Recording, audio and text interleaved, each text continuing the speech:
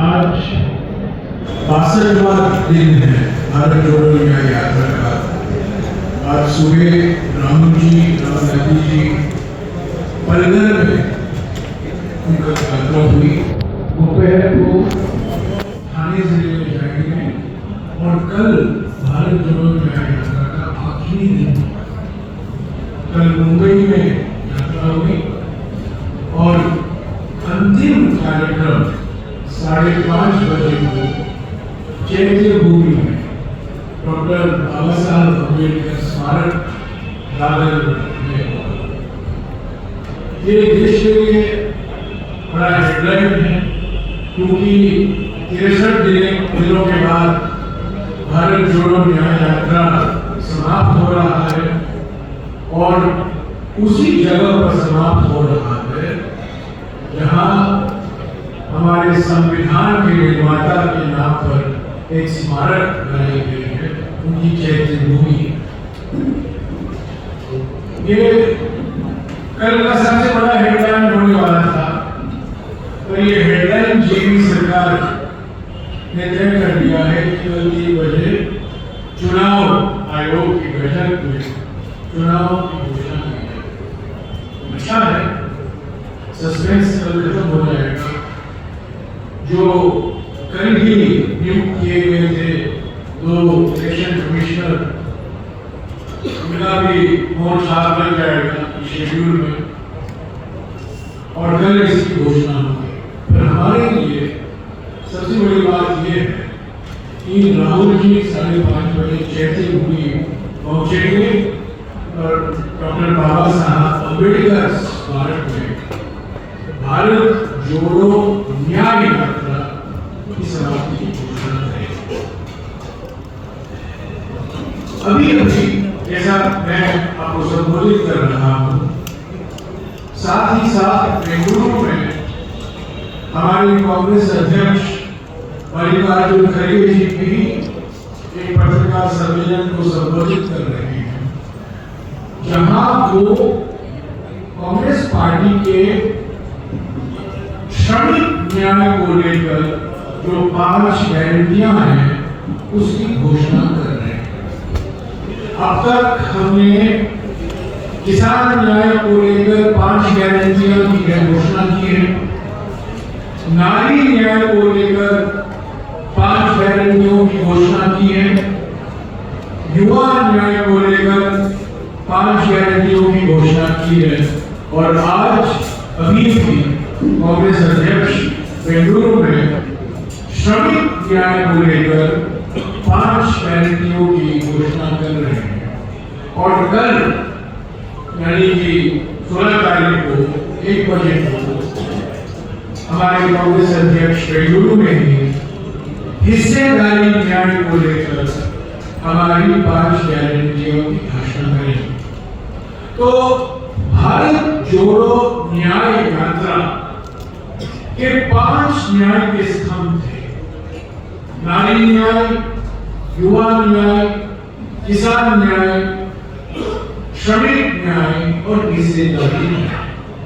और सभी 5 न्याय को लेकर हर एक न्याय में हमने 5 गारंटियां दी हैं। कल देंगे हिस्सेदारी न्याय को लेकर, पर कल शाम तक ये पूरा पैकेज गारंटियों का पूरा हो जाएगा, इसकी घोषणा हो जाएगी। तो ये मान के चल सकते हैं कि 5 साल, अगले 5 साल के लिए जो सरकार बनेगी उसकी घोषणा, चुनाव की घोषणा कल हो रही है। 5 साल, 5 न्याय, 25 गारंटियां, यही है भारत जोड़ो न्याय यात्रा का नतीजा। 5 साल, 5 न्याय, 25 गारंटी, ये कांग्रेस अध्यक्ष जी और राहुल जी ने दिया है। नारी न्याय, युवा न्याय, किसान न्याय, श्रमिक न्याय और हिस्सेदारी न्याय को लेकर। तो मैं समझता हूं भारत जोड़ो यात्रा जो कन्याकुमारी से कश्मीर 4000 किलोमीटर पद यात्रा था, वो हमारी राजनीति के लिए वाली क्षण 145 दिन राहुल जी और 200 भारत यात्री चले कन्याकुमारी से लेकर कश्मीर। और ये भारत जोड़ो न्याय यात्रा 14 जनवरी से लेकर 16 मार्च तक मणिपुर से लेकर इम्फाल से लेकर मुंबई तक करीब 6,200 किलोमीटर लंबा भारत जोड़ो न्याय यात्रा होगा। ये भी हमारे देश की राजनीति के लिए, हमारे देश के भविष्य के लिए एक परिवर्तनकारी क्षण होगा। ये एक आंदोलन है, ये वैचारिक यात्राएं हैं। दोनों यात्रा वैचारिक यात्रा है, विचारधारा की यात्रा है और ये यात्रा लंबे समय तक चलती है। ऐसी यात्राएं होती रहेंगी राज्य के स्तर पर, राष्ट्र के स्तर पर, जिले के स्तर पर ये होती रहेंगी। चुनाव आते रहेंगे, चुनाव हम लड़ते रहेंगे, चुनाव जीतेंगे, चुनाव हारेंगे, वो वास्तविकता है। पर ऐसी यात्राएं जिससे पार्टी की विचारधारा में स्पष्टता आती है, ऐसी यात्राएं जिससे इसके माध्यम से हमारे नेताओं को एक मौका मिलता है जनता के बीच में जाने का और अपना संदेशा पहुंचाने का, ये बरकरार है। तो मैं यही कहना चाहता हूँ कि ये महाराष्ट्र का चरण जो अंतिम चरण था, जो नंदुरबार में शुरू हुआ और कल मुंबई में समाप्त होने वाला है, ये हमारे लिए एक बूस्टर डोज के मामले में भारत जोड़ो यात्रा के समय भी महाराष्ट्र में हमारी संगठन की ओर से कुछ कदम नहीं छोड़े गए, बहुत सफलता हमने हासिल की। हमारी पार्टी कार्यकर्ताओं नेताओं में एक नई जान और नई शक्ति आई और वही हम भारत जोड़ो न्याय यात्रा के समय भी देख रहे हैं। तो भारत जोड़ो न्याय यात्रा के बारे में मैं और कुछ नहीं कहूँगा, मैं यही कहूँगा 5 साल 5 न्याय 25 गारंटी, यही रहेगा हमारा जवाब ध्रुवीकरण की राजनीति के खिलाफ। जो द्वेष फैलाने वाली राजनीति है, जो नफरत फैलाने वाली विचारधारा है, जो ध्रुवीकरण को प्रोत्साहन देने वाली विचारधारा है, उसके खिलाफ हमारा 5 साल 5 न्याय 25 गारंटी का वादा। इसके अलावा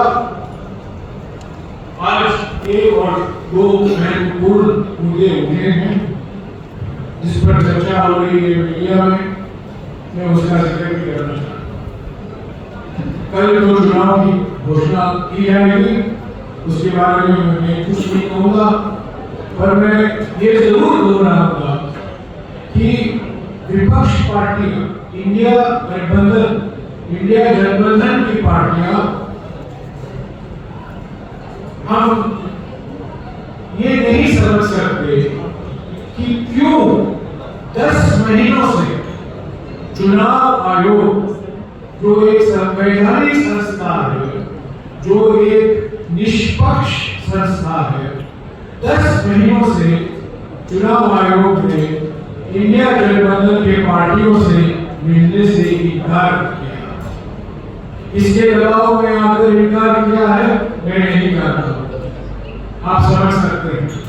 हमारी एक ही मांग रही है पिछले 10 महीनों से कि ईवीएम का इस्तेमाल हो, पर ये ईवीएम जो इलेक्ट्रॉनिक वोटिंग मशीन नहीं पर इलेक्ट्रॉनिक वोटिंग मैनिपुलेशन हो गया है, इससे बचने के लिए 100% कागज का ट्रेंड यानी कि वीवीपैट का इस्तेमाल सुप्रीम कोर्ट ने भी कहा था, हम उसको आगे ले चल रहे हैं और हमारी मकसद है कि हम चुनाव आयोग को एक मेमोरेंडम, एक दस्तावेज पेश करें। हम कोशिश कर रहे हैं मई 2023 से, पर हमें कोई मौका नहीं मिला है उनसे मिलने का। ये संवैधानिक संस्था, ये निष्पक्ष संस्था में हमारा विश्वास टूट रहा है, क्योंकि अगर विपक्ष की पार्टियों की जो मांग है, जो चिंता है, चुनाव आयोग मौका नहीं देगा आपको सुनवाई के लिए, तो हमारे लोकतंत्र के लिए तो जरूर करना है। इसके अलावा इलेक्टोरल बॉन्ड को लेकर आज सुप्रीम कोर्ट के नए आदेश आए, हम उसका भरपूर स्वागत करते हैं।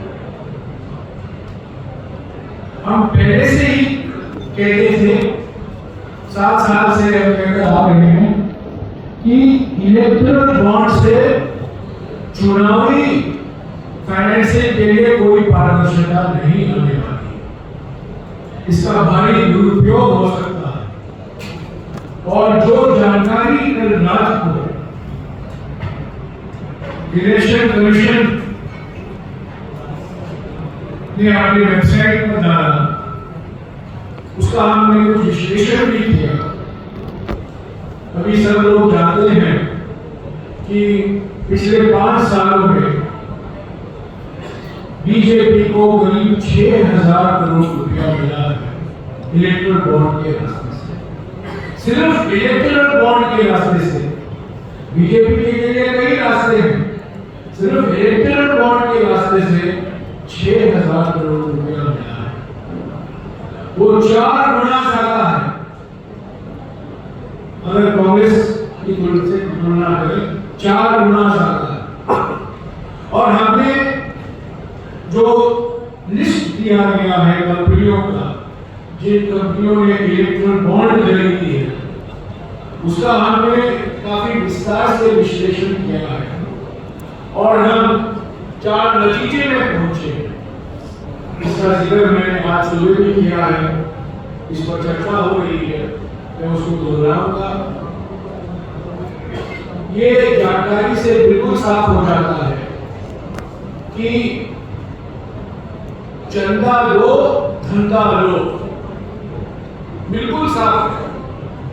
जो कंपनियों को कॉन्ट्रैक्ट मिले हैं, उन्होंने भारी मात्रा में इलेक्ट्रल बॉन्ड खरीदा। जिन कंपनियों की प्रशंसा नितिन गडकरी जी ने पार्लियामेंट में किया है, वही बड़ी चंदादाता निकले इलेक्ट्रल बॉन्ड के द्वारा। तो पहला चंदा दो धंधा लो, ये बिल्कुल साफ है। दूसरा हफ्ता वसूली बिल्कुल साफ हो गया इस लिस्ट से कि जिन जिन कंपनियों के खिलाफ ईडी छोड़े गए हैं, आरबीआई छोड़ा गया है, सॉरी ईडी छोड़ा गया है, सीबीआई छोड़ा गया है, वही कंपनियां भारी मात्रा में इलेक्ट्रल बॉन्ड खरीदी। तो हफ्ता वसूली, पहला चंदा दो धंधा लो, दूसरा हफ्ता वसूली। तीसरा बिंदु जो है वो बिल्कुल साफ हो जाता है इस लिस्ट कि ऐसी कंपनियां हैं जिनको कॉन्ट्रैक्ट मिला है, जिनको काम मिला है, ठेके मिला है, टनल का, ब्रिज, पुल का, हाईवे का, सड़क का, अलग अलग कॉन्ट्रैक्ट मिले हैं और उस कॉन्ट्रैक्ट मिलने के बाद कुछ ही महीने बाद ये इलेक्ट्रल बॉन्ड खरीदते। और चौथा, ये शेल कंपनी, ओखले कंपनी जो होते हैं, इसका भारी इस्तेमाल किया गया है। इन ओखले कंपनी की असली मालिक कौन है हमें पता नहीं, हम अनुमान लगा सकते हैं। पर इस ओखले कंपनी के द्वारा इलेक्ट्रल बॉन्ड खरीदे गए हैं और इसका भारी लाभ भी है। तो पहला चंदा लो धंधा लो, दूसरा हफ्ता वसूली, तीसरा जो कॉन्ट्रैक्ट लो और पैसा लो, यानी किकबैक, सीधा घूस। मुझे कॉन्ट्रैक्ट दो, मैं आपको बॉन्ड खरीदूंगा, आपको पैसा मिलेगा। और चौथा, ये जो खोखले कंपनी से चलता आ रहा है, ये भी साबित हो सकता है। तो सवाल उठता है कि कल की जानकारी के आधार पर आप ये नहीं कह सकते इस बॉन्ड से बीजेपी को पैसा मिला है, इस बॉन्ड से कांग्रेस को पैसा मिला है, इस बॉन्ड से एनसीपी या शिवसेना को पैसा मिला है। आज जो सुप्रीम कोर्ट ने आदेश, उन्होंने कहा है कि बॉन्ड का जो नंबर होता है उसको भी आप प्रकाशित करने की जरूरत है। मैं समझता हूँ 1-2 दिन में बिल्कुल साफ हो जाएगा, दूध का दूध, पानी का पानी हो जाएगा कि किसने बॉन्ड खरीदा और उस खरीद से कौन सी पार्टी को फायदा, बिल्कुल साफ। पर एक चीज मैं कहूं, आपको सवाल पूछेंगे, मैं आपके सवाल का जवाब पहले दे दूं, क्योंकि मैं जानता हूं आपके मन में क्या गुजर रहा है, आपके सवाल कैसे आप पूछते हैं। आप कहेंगे तो इलेक्ट्रिक बॉन्ड से तो आपको भी फायदा होगा, बीजेपी को 6000 करोड़ रुपया मिला और आपको 1400 करोड़ रुपया मिला, ये बात सही है। हम इनको इनकार नहीं कर सकते, हम पीछे भाग नहीं सकते। और एक बात मैं आपको याद दिला दूं, ईडी, सीबीआई, इनकम टैक्स हमारे हाथ में नहीं है। हम किसी को धमकी नहीं दे सकते, डरा नहीं सकते। और दूसरी बात, हम बड़े 10 साल से हम सरकार में नहीं है। बड़े हाईवे प्रोजेक्ट, बड़े पावर प्रोजेक्ट, बड़े बंदरगाहों के प्रोजेक्ट, बड़े एयरपोर्ट, हवाई अड्डों के प्रोजेक्ट हम नहीं दे रहे हैं, मोदी की सरकार दे रही है। तो हम इस स्थिति में नहीं है कि हम कॉन्ट्रैक्ट दे सके या कोई पब्लिक सेक्टर कंपनी को बेच सके या ईडी और सीबीआई का इस्तेमाल करके धमकी देकर उनसे हफ्ता वसूली कर सके। यही है बीजेपी और कांग्रेस के बीच में। उनको 6000 करोड़ रुपया मिला है, ये एक ही रास्ता है। कुछ नाम इस लिस्ट में नहीं है, वो अलग तरीके से उन्होंने बीजेपी को झटका दिया होगा, वही जानते होंगे। पर ये कहूंगा मैं कि चुनाव शुरू करने के पहले ही बीजेपी ने सर्जिकल स्ट्राइक किया है कांग्रेस के खिलाफ। 2019 में आपको याद होगा सर्जिकल स्ट्राइक, 2024 का सर्जिकल स्ट्राइक क्या है? खाता बंदी। बीजेपी हमारे खातों को उन्होंने झंडे बक्से में डाल दिया। हम हमारे बैंक अकाउंट ऑपरेट नहीं कर सकते और हमें जानबूझकर आर्थिक रूप से अपंग बनाया जा रहा है। कांग्रेस पार्टी के खिलाफ खाता बंदी की जा रही है और ये सर्जिकल स्ट्राइक कांग्रेस पार्टी है। इससे हम डरेंगे, इसलिए हम डरेंगे नहीं। हालांकि हमारी जो संस्थाएं हैं वो आज निष्पक्ष नहीं है।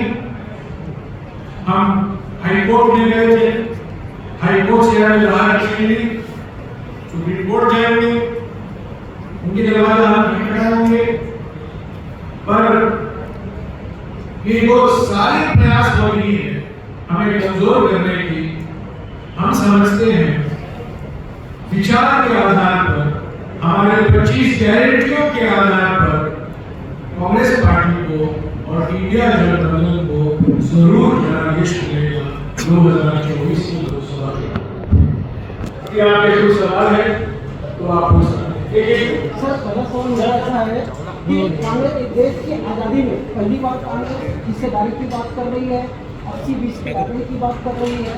तो आपको नहीं लगता कि आगामी समय में अगर 80-20 का आंकड़ा जो जाति आधार पर की जा रही है। इस पार्टी ने देश को संविधान दिया, ये बताइए।